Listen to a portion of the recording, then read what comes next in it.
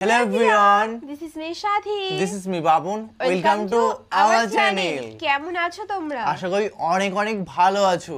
একদম আজকের ভিডিওটা কিন্তু হতে চলেছে তাকদীর নিয়ে। একদম যার মানে হচ্ছে ভাগ্য।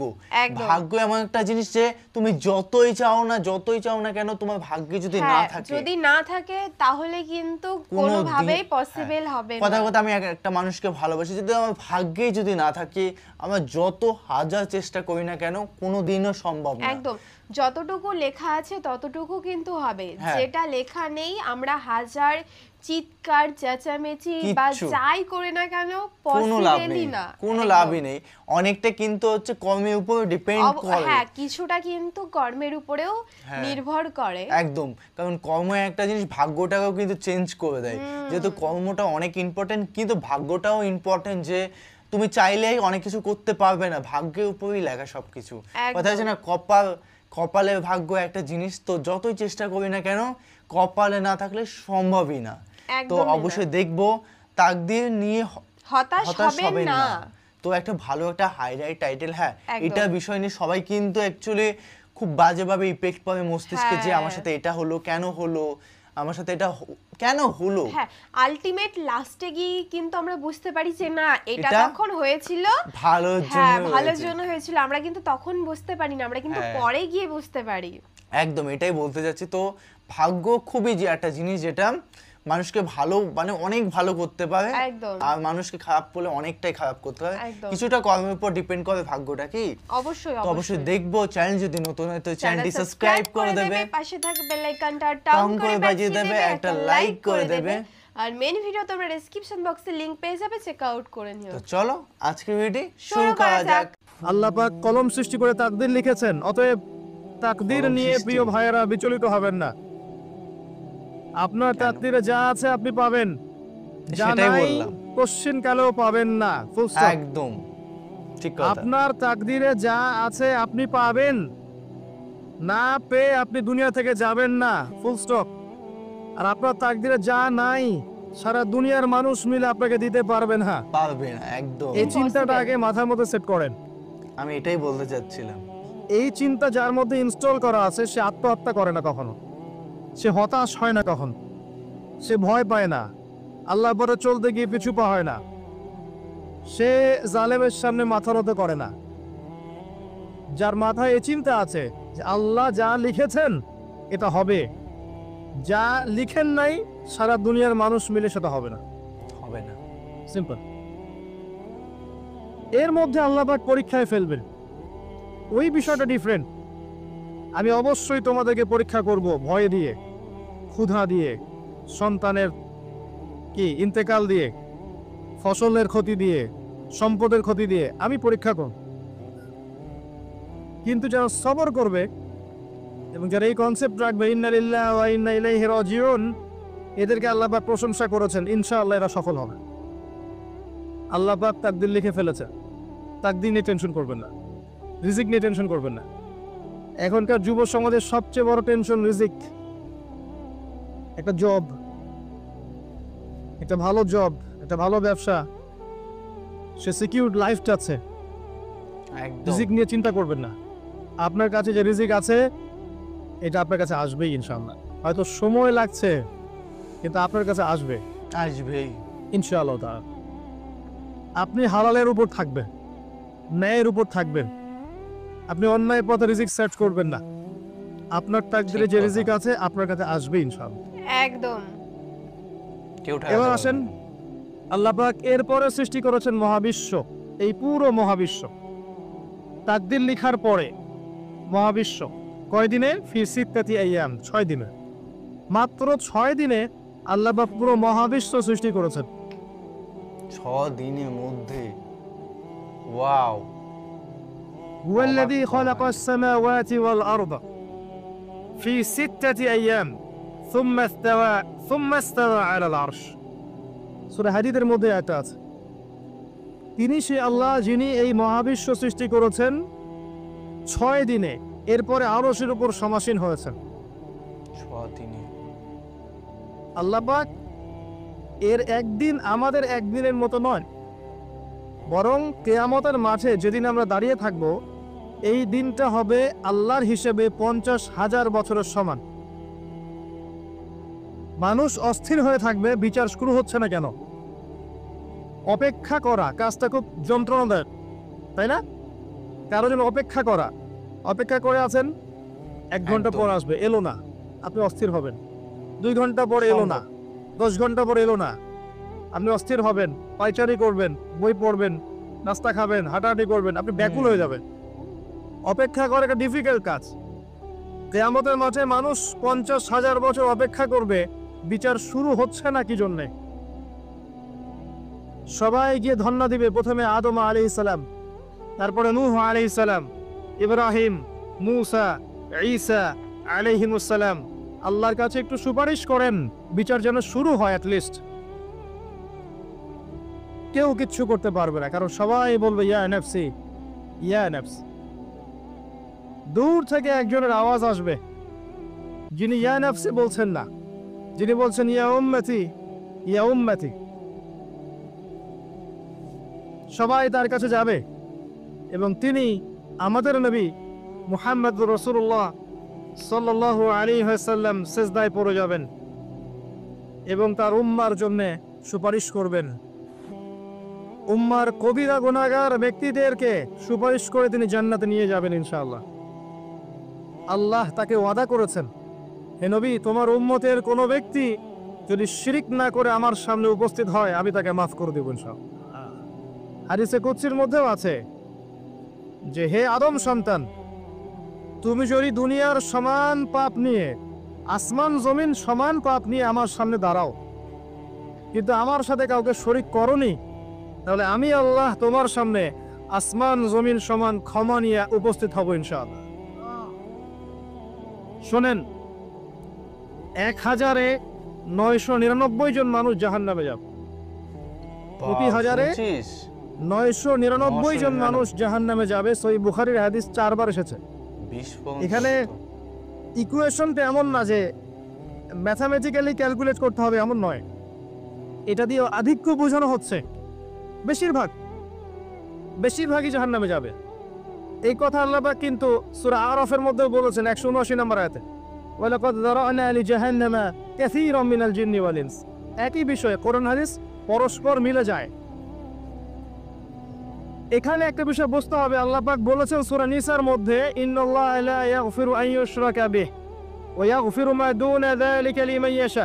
আল্লাহ পাক তার সাথে শিরকের গুনাহ মাফ করবেন না, এছাড়া যে কোনো গুনাহ আল্লাহ পাক যাকে ইচ্ছা মাফ করতে পারেন।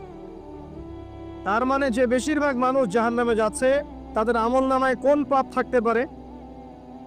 কথা বোঝা যাচ্ছে কি? একদম নিঃসন্দেহে তাদের আমলনামায় শিরকের পাপ থাকবে। এটা বুঝতে আপনাকে পিএইচডি করার দরকার নাই। আল্লাহ পাক শিরক ব্যতীত যে কোনো পাপ যাকে ইচ্ছা মাফ করতে পারে।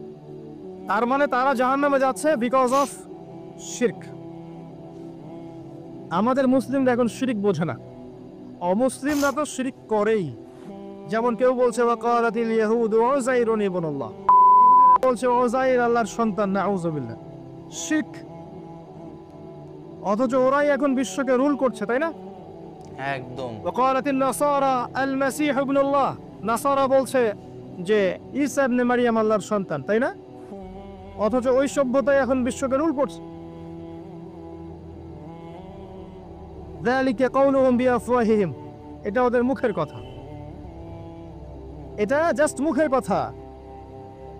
আবার অনেক সময় দেখা যায় যে আল্লাহকে বাদ দিয়ে আমরা মাধ্যম পূজাও করছি। অমুসলিমরা তো শিরক করছেই, যারা মুসলিম তারা দেখবেন আল্লাহকে বাদ দিয়ে মাধ্যম পূজা শুরু করেছে। কেমন? মাজারের পূজা করছে, কবরের পূজা করছে, মৃত ব্যক্তির ওসিলায় পার পাওয়ার চেষ্টা করছে। মুসলিম থেকে দেখবেন তাকদীরকে অস্বীকার করছে, আল্লাহর হালালকে হারাম করছে, আল্লাহর হারামকে হালাল করছে। মুসলিম থেকে দেখবেন যে হাতে একটা আংটি পড়েছে, ভাই কি জন্য পড়েছেন? এই রোগ ভালো হবে আমার। গলায় একটা বালা ঝুলিয়েছে, কোমরে একটা মাদুলি, ভাই এগুলো কেন? এগুলোতে রোগ ভালো হবে।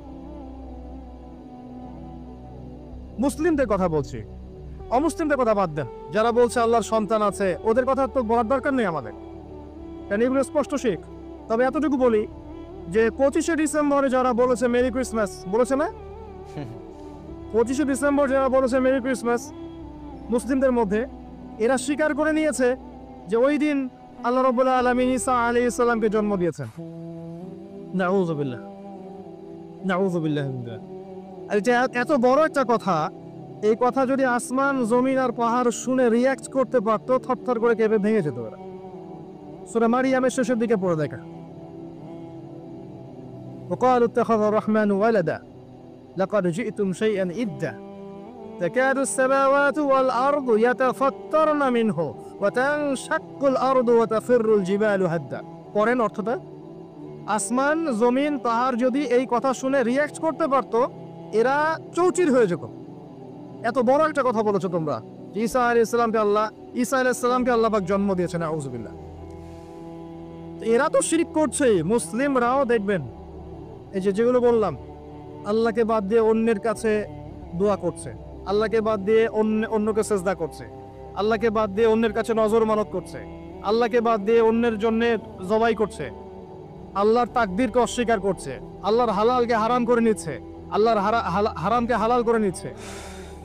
দেখবেন মুসলিমরা করছে। এবার মুসলিম জেনারেশন, এমন একটা প্রজন্ম বের হয়েছে এখন, ইয়াং জেনারেশনের, তারা বলছে যে এই মহাবিশ্ব বিগ ব্যাং থেকে সৃষ্টি হয়েছে, আল্লাহ বলতে কিছু নাই। আপনি বোঝেন কি কারণে প্রতি হাজারে 999 পিপল জাহান্নামে কেন যাবে? কারণটা কি? শিরক। আর এই শিরকটা হচ্ছে আপনার চিন্তায়, আপনার কথায় এবং আপনার কাজে। চিন্তার মধ্যে শিরক। যেমন একজন ব্যক্তি চিন্তা করে আকীদা, যে আল্লাহ ছাড়া অমুকও সন্তান দিতে পারে। এরকম আকীদা নাই মুসলিমদের? আছে। একজন বলছে আল্লাহ কল্যাণের মালিক আর শয়তান হচ্ছে অকল্যাণের মালিক। কথাটা শুনতে খুব ভালো লাগে না? অকল্যাণ হয়তো আল্লাহর পক্ষ থেকে আসে না, আল্লাহ পবিত্র, অকল্যাণ শয়তানের পক্ষ থেকে আসবে। ব্যাপারটা কি এমন? ভালো মন্দ, কল্যাণ অকল্যাণ, দুঃখ কষ্ট সুখ সবকিছু কার পক্ষ থেকে আসে? এমন নয় যে ভালোগুলো আল্লাহ দেন, অকল্যাণগুলো শয়তান দেয়, নাউযুবিল্লাহ। এরকম আকীদা আছে মানুষের। কিছু মানুষ বলছে তাকদীর বলতে কিচ্ছু নাই, মানুষ নিজেই তার কর্মের নিয়ন্ত্রণ। সে কিছু মানুষ বলছে যে ভাগ্যই সব, মানুষের কাজের কোনো স্বাধীনতা নাই। মানে ভাগ্যই সব, আমার কাজের কোনো স্বাধীনতা নাই, আমি কলের পুতুল। চুরি করেছো কেন? আল্লাহ তাকদীর লিখেছে তাই। সুদ খাও কেন? ঘুষ খাও কেন? রিলিফের মাল মেরে খাও কেন? আল্লাহ তাকদীর লিখেছে তাই। এরকমও কিছু মানুষ আছে। প্রত্যেক পদে পদে আপনি শিরক পাবেন। আপনি আল্লাহকে ছাড়া সেজদা দেখতে পারবেন, আল্লাহকে ছাড়া মানুষ নজর করছে, মানত করছে, কসম করছে, কুরবানি করছে, সেজদা করছে, দোয়া করছে এবং ওসিলা পূজা করছে যে আল্লাহ বাদ দিয়ে অমুকে আমাকে পরকালে পার করিয়ে দিবে। নাউযুবিল্লাহ বলছেন ঠিকই, কিন্তু আমাদের দেশের বহু মানুষের আকীদা এমন যে আমাকে পরকালে পার করায় দেওয়ার লোক আছে, সমস্যা নাই। শোনেন, পরকালের প্রতিটা সুপারিশ আল্লাহর ইখতিয়ারে। একজন শহীদ, আল্লাহর পথে শহীদ, তিনি কিন্তু সুপারিশ করবেন, কিন্তু তিনি নিজের ক্ষমতায় করবেন না আল্লাহর ক্ষমতায় করবেন? আল্লাহর ক্ষমতা। আলেম, হাফেজ, আল্লাহর পথের যারা মুজাদ্দিদ ছিলেন, আল্লাহওয়ালা আউলিয়া মানুষ, নবীগণ, সিদ্দিকগণ, সুহাদা, সুপারিশ করবেন নিজেদের ক্ষমতায় না আল্লাহর ক্ষমতায়? আকীদা স্পষ্ট না থাকলে তখন আমল করতে গিয়ে শিরক হয়ে যাবে। আর শিরক হলেই কি হবে? ওই যে বললাম, প্রতি হাজারে 999 জন মানুষ জাহান্নামে যাবে। এবার আসেন, আল্লাহ পাক মহাবিশ্ব সৃষ্টি করেছেন কয় দিনে? এই কিয়ামতের মাঠ কত বছর হবে? কে সেজদা করবেন, সুপারিশ করবেন আমাদের জন্য? মুহাম্মদ সাল্লাল্লাহু আলাইহি ওয়াসাল্লাম। এবার আসেন, যে নবী আমার জন্য সুপারিশ করবেন, যেই নবী আমার জন্য হাউজে কাউসারে দাঁড়িয়ে থাকবেন, যেই নবীকে আমাকে কবরে দেখানো হবে এবং জিজ্ঞাসা করা হবে মান হাযা রাজুল বুইসা ফীকুম, কতজন যুবক, কতজন মানুষ আর কতজন মুসলিম মুহাম্মদ সাল্লাল্লাহু আলাইহি ওয়াসাল্লামের এই সুন্নাহগুলো আমরা মেনে চলি? যাকে কবরে দেখানো হবে, যিনি সুপারিশ করবেন, যিনি আমাদেরকে ছাড়া জান্নাতে যাবেন না, যিনি হাউজে কাউসারে দাঁড়িয়ে থাকবেন, যিনি জান্নাতের দরজায় প্রথম কড়া নাড়বেন, এবং যিনি তার উম্মতকে নিয়ে ফিকির করছেন কিয়ামতের মাঠেও, ইয়া উম্মতি ইয়া উম্মতি। উম্মতের মধ্যে কতজন যুব সমাজ মুহাম্মদ সাল্লাল্লাহু আলাইহি ওয়াসাল্লামের সুন্নাহ মেনে চলে বলেন? মুহাম্মদ সাল্লাল্লাহু আলাইহি ওয়াসাল্লামের উম্মাহ এখন ম্যাক্সিমাম মানুষ নামাজ পড়ে না। মুহাম্মদ সাল্লাল্লাহু আলাইহি ওয়াসাল্লামের উম্মার মধ্যে ম্যাক্সিমাম মানুষ এখন কোরআন পড়তে জানে না। মুহাম্মদ সাল্লাল্লাহু আলাইহি ওয়াসাল্লামের উম্মাহ হয়েও আমরা কোরআনের অর্থ বুঝি না, কোরআনের হুকুম আহকাম মানি না, তার সুন্নাত নিজেদের ব্যক্তি জীবনে, পারিবারিক জীবনে, সামাজিক জীবনে অ্যাপ্লাই করি না। বরং তার আদর্শ মেনে চললে আমাদেরকে মনে হয় আমরা পিছিয়ে পড়েছি। কোন মুখ নিয়ে আমরা তার সামনে দাঁড়াবো এটা ফিকির করতে হবে। আল্লাহ পাক মুহাম্মদ সাল্লাল্লাহু আলাইহি ওয়াসাল্লামকে বলবেন কিয়ামতের মাঠে, সূরা ফুরকান নিয়ে আলোচনা হচ্ছিল না, ওই সূরাতেই আছে। আল্লাহ পাক বলবেন যে তোমার কওমের কি হয়েছিল, কিভাবে বিভ্রান্ত হলো তোমার কওম। নবী সাল্লাল্লাহু আলাইহি ওয়াসাল্লাম শিকায়াত করবেন, ইন্না কওমি ইত্তাখাযু হাযাল কুরআনা মাহজুরা।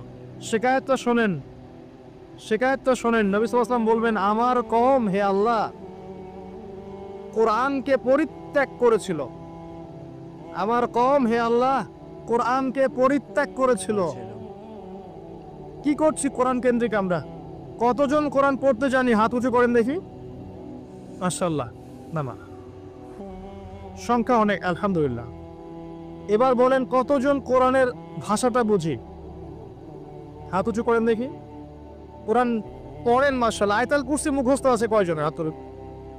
সবার মুখস্থ আছে। এবার বলেন কতজন অর্থ জানেন আয়াতুল কুরসির অর্থ? এটা পরিচিত আয়াত বললাম, একদম পরিচিত। 4-5 জন। দেখেন, ইন্না কওমি ইত্তাখাযু হাযাল কুরআনা মাহজুরা। যে কিতাবের ভিতরে ঢুকতে পারিনি আমরা, তার হুকুম আহকাম বিধিবিধান কেমন করে বাস্তবায়ন হওয়া সম্ভব বলেন?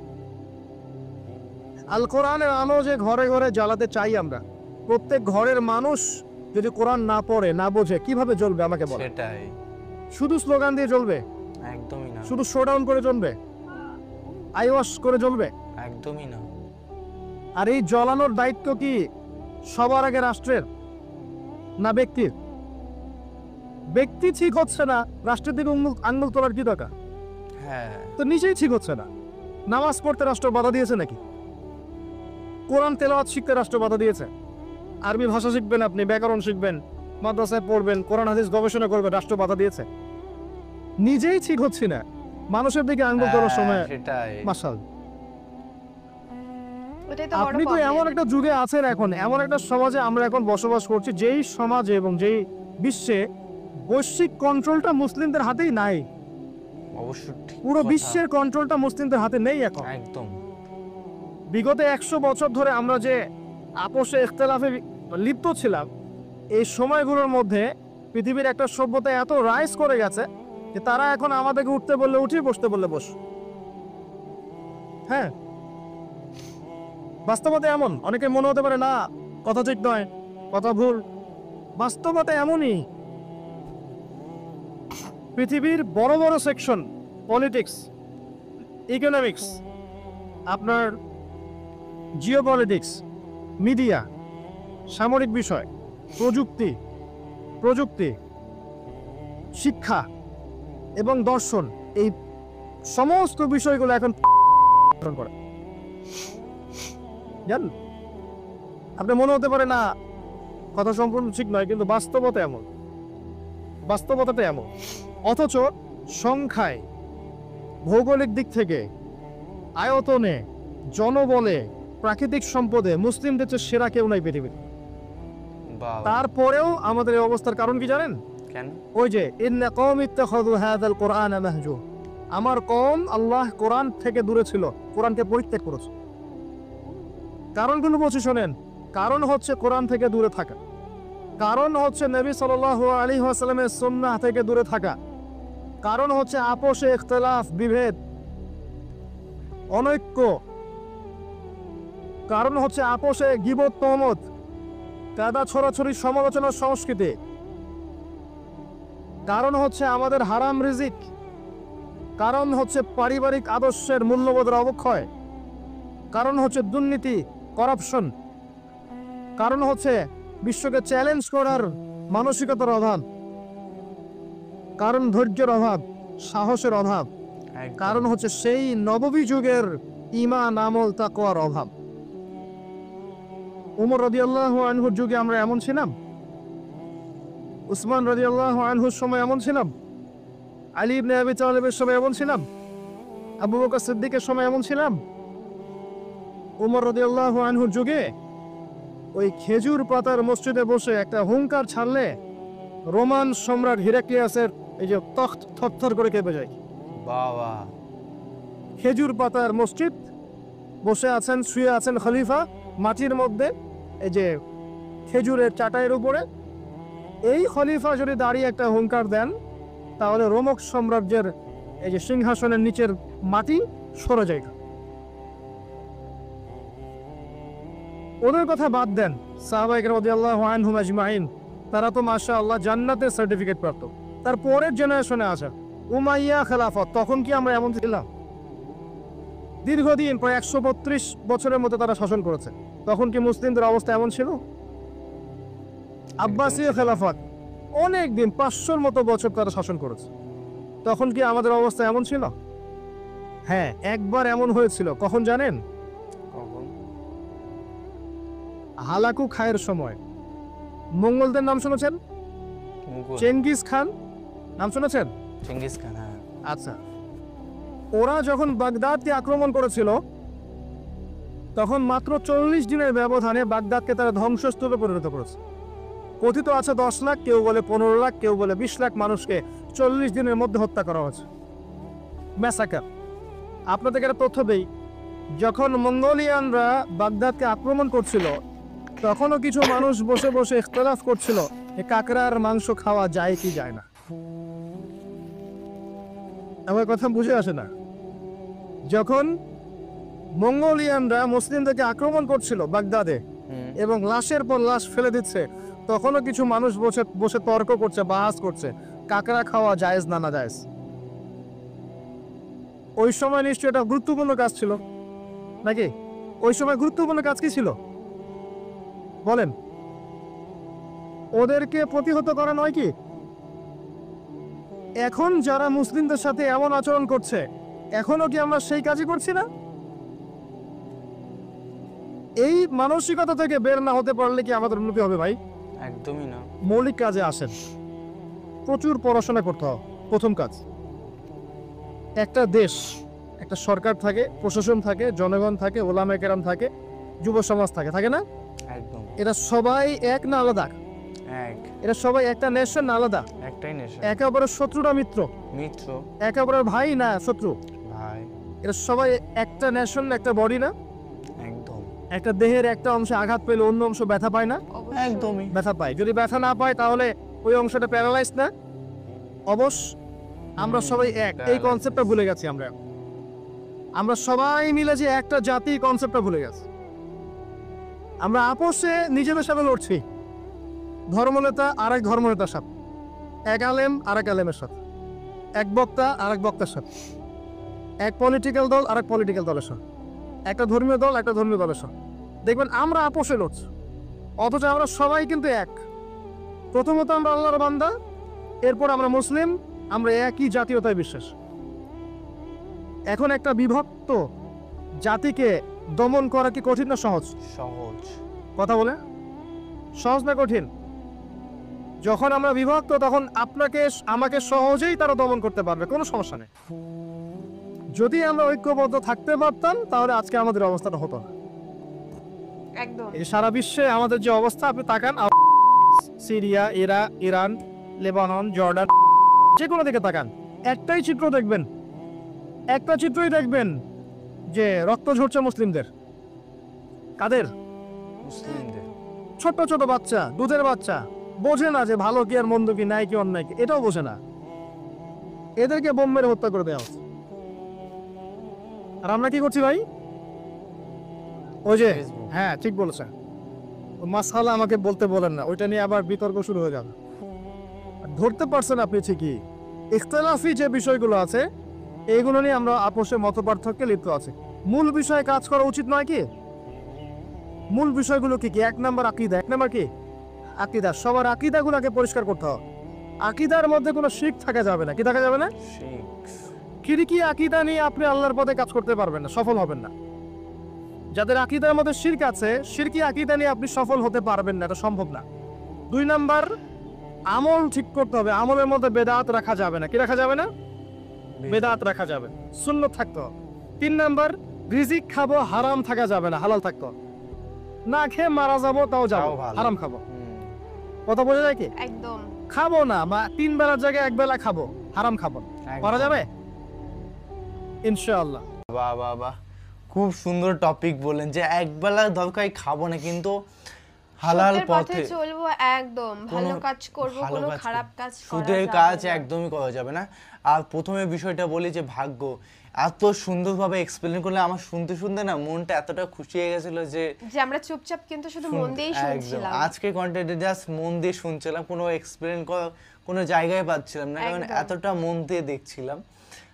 প্রত্যেকটা ওয়াজই কিন্তু আমাদের খুবই ভালো লাগে, কিন্তু আজকে ওয়াজটা একটু বেশি একদম স্পেশাল মন ছিল। ছোঁয়া, একদম মন ছুঁয়ে গেল। ভাগ্যের বিষয়টা আমি খুব ভালো করে শুনছিলাম, কারণ জীবনটা এটাই যে ভাগ্যের জিনিসটা অ্যাকচুয়ালি কি সেটা আমাদের কাছে একটা ক্লিয়ার হয়ে গেল আজকে একদম, বিষয়টা। একদম। আর খুবই খুবই সুন্দর একটা ভিডিও ছিল। তোমাদের কেমন লাগলো অবশ্যই, সেটাও হ্যাঁ প্লিজ কমেন্টে কমেন্ট করে জানাবে। আর আমাদের নতুন একটা চ্যানেল আছে সেটা তো বললাম, প্লিজ তোমরা চেক আউট করো, ওটা ভালোবাসা দাও। একদম জানি যে এটা যেমন ভালোবাসা দিচ্ছ ওই চ্যানেলটাও তেমন ভাবে ভালোবাসা দেবে। তো চলো গাইস, নতুন একটা ফ্রেশ ভিডিওতে দেখা হবে। Bye bye, take care.